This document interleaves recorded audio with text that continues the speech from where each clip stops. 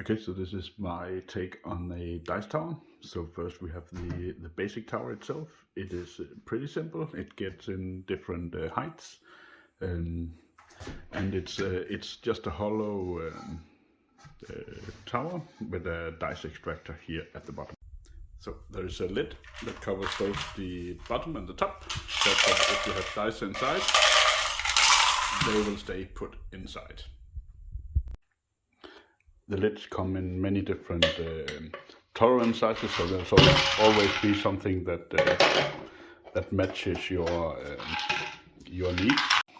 So the lids they come in different sizes depending on how much you would like to have covered, but this bottom one covers the outlet naturally.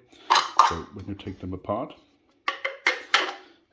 also in different tolerances you get something that fits. You see this small knob here, it slots into this. I can't see on the camera, and then the bottom portion can make sure that these don't that it isn't wobbly. So now the dice tower is assembled.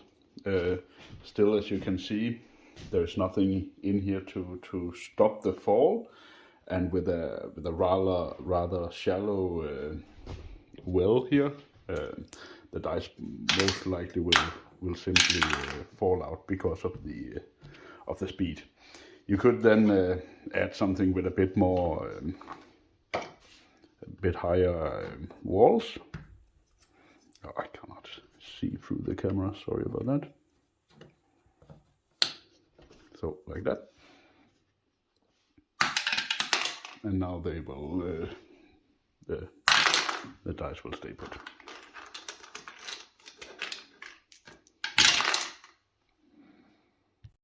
So even with this higher one, you see that if there is nothing to stop the dice, they will have quite high speed. This will work out, I think, for most. But I have added the option to add some pedals. So I have these. It has 7 sides, and it slides into these bricks, so you can orient it how you see fit. So I will make something that is going across the dice tower, and then I can shove it in. And now there is something to break the fall. And naturally, you would most likely want more. So I have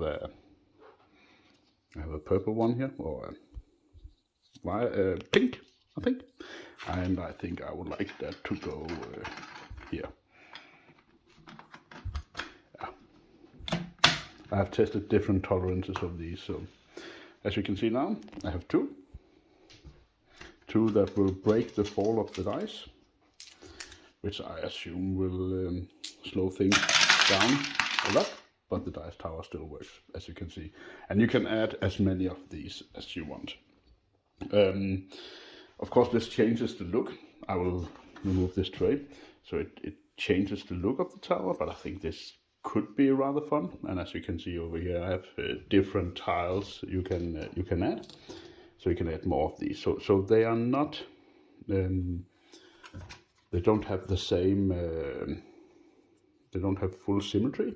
So you should take the sharp corner and shove in, and then they click in pretty nice, I think. And these comes in different tolerances as well, naturally. So you can have any look you would like of this dice tower, and you can add these paddles as you see fit with any color you want. So you see on the tower there are 3 different types of slots. There's the big ones, then there's all the halves. So there's always a half here and a half here. There is 6 all around. So I've made something that fits the halves as well, such that you can get a very nice color if you want that. And then lastly, there is the third one, is these very small small ones up here, and those are the last ones. So you can get whatever pattern you would like, and get any paddles you want to break the fall of these. And naturally I have created a something that when you add these tiles, you have something that fits around them as well. And this is a bit too loose. I have tested tolerances, but I have something that fits snug there as well. One of the thoughts I had was if you had a game going for the evening and you have been rolling just standard average, and then you had the very important roll, and my idea was that when you know you're having that roll, you need the black tile with the red paddle, and you will add that to this side, because that is what you do when you need to roll those big ones, and then roll that side. So that was the idea, that you could customize and change if something important roll is there. You don't need this white one for a particular roll or whatever. And maybe if you are playing a high-paced game, you will not have as many paddles, and if you have a slow burn, you could just add a lot of these, and the dice will take forever to forever is a long time, right? Would take a few seconds longer to get out the button. Yeah, so there are tolerance files for the tolerance version for everything. Oh, and I did mention everything here prints without supports, and that's a caveat. As you can see here, the top one of this is not that nice, but everything I have here is printed without support, and I would do it that way. But naturally, maybe if you should add tiny support here. But other than that, I think everything is fine. These ones is printed without support due to this being so tiny and very little overhang here.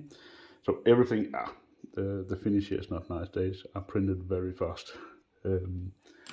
But yeah, I think that's it.